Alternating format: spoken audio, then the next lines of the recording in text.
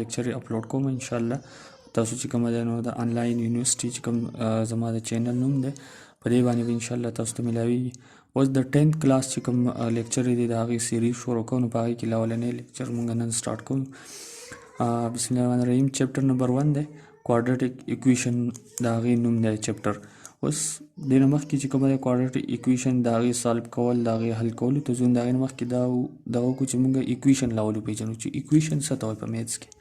نو all the mathematical statements where we see the symbol that چې هغه mathematical statements هغه فقرې د mathematical د میتھس هغه فقرې چې په هغې کې کله زموږ سره دا ساين انوالو شي دې ته مونږ ساين آف ایکویلیټي هم وایو.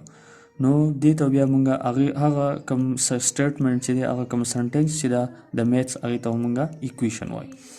اوس په میتھس ژبه کې چې کوم بل ډیفینیشن دی نو موږ سره دی وی سیپریټ 2 or more algebraic expressions with sign of equality.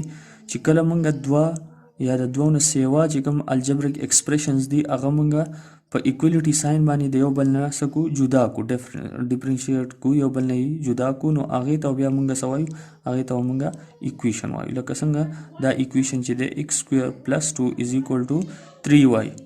نو دلته چې کومه دا زموږ سره الجبریک ایکسپریشن دی او دا زموږ سره الجبریک ایکسپریشن دی.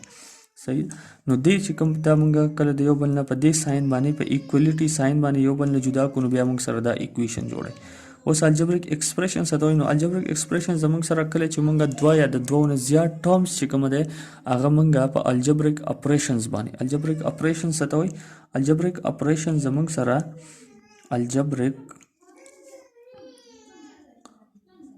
الجبریک اپریشن زموږ سره څه شی دي؟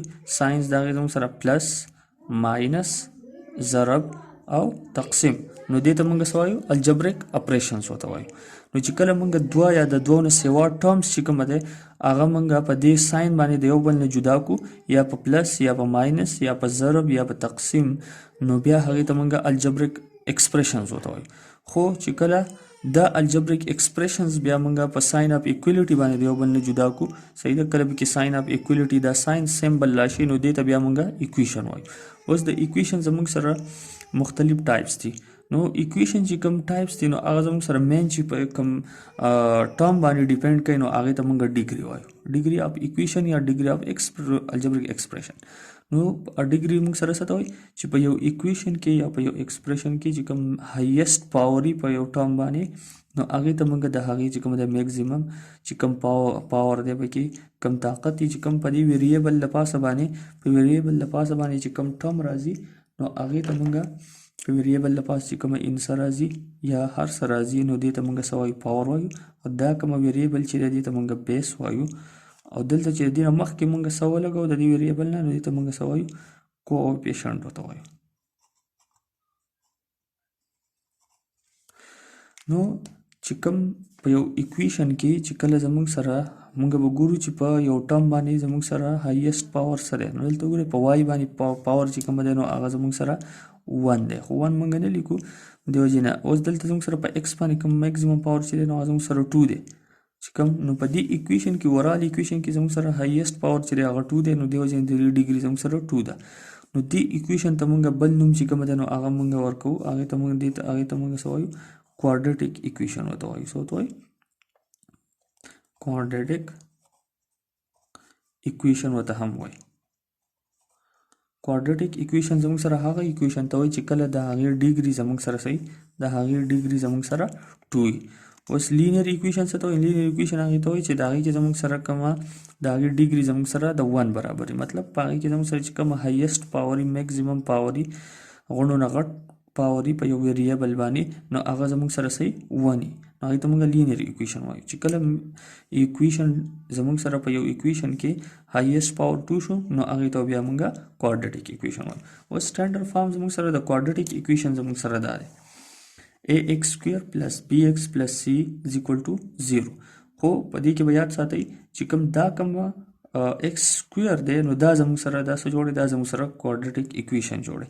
په دې کې زموږ سره b چې کومه دی نو هغه 0 کېدی شي c هم 0 کېدی شي خو a چې کومه دی نو دا به مست چې کومه دا به نان 0 چې کله a 0 شو د مطلب دا دی چې x سکویر به 0 شو دا بیا زموږ سره کوادرټیک ایکویشن نه پاتې کیږي نو دی وجه نه مونږ چې کوم ده نو دا کنډیشن دی چې a به زموږ سره هغه به زموږ سره مست چې کوم هغه به نان زیرو او د دې نه علاوه چې کوم ده نو دا زموږ سره لینیر دی ته لینیر فیکټر وای دی ته کوادرټیک فیکټر وای دې زموږ سره او دې ته موږ کانسټنټ وایو دا c چې کوم ده نو دې زموږ سره څه یو کانسټنټ دی او دا زموږ سره لینیر فیکټر ځکه چې په x باندې چې کوم پاور دی نو هغه زموږ سره څه 1 دی نو دا کوم زموږ سره څه سټانډرډ فارم اف کوادرټیک ایکویشن دی اوس زموږ سره دا چې کوم موږ سالو کوو په څنګه د هغې لپاره سم میتډز دي یو ایکویشن یا یو کوېسچن چې په میث کې سالو کوي د هغې لپاره یو خاص میتډ یو خاص طریقې په هغې باندې به چې کوم دی نو هغه سالو کوي نو دا سره به ایګزیکټ چې کوم کریکټ آنسر یې هغه به تعالی درکوي د یو زموږ سره یو ایکویشن ګیونی په هغې کې زموږ سره اننوني ویریبلز دي نو د هغې چې کومه ویلیو